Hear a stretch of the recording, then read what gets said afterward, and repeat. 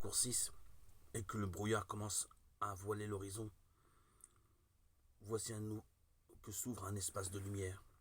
La vision grandiose du ciel où les élus se réjouissent, qui n'est qu'un avant-goût de ce qui nous attend. La perspective heureuse de la venue du Christ oriente notre marche personnelle.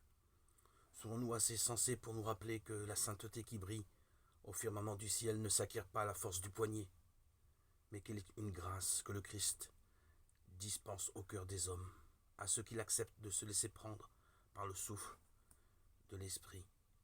Aurons-nous assez de talent pour vivre les béatitudes sans craindre qu'elles entravent nos désirs et nos ambitions?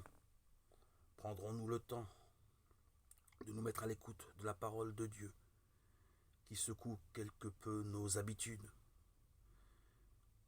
Mais là, laissons-nous nous interroger. Voilà une question que nous pouvons nous poser lorsque la parole se fait entendre.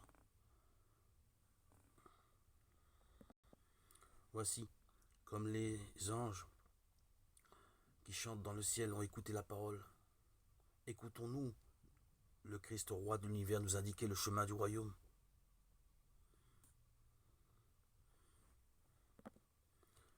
Savons-nous les pauvres et les démunis?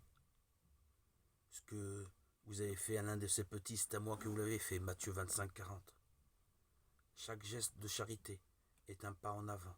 Chaque oui à la parole est une passerelle vers le royaume. Ne restons pas dans la grisaille, alors que la gloire nous est promise.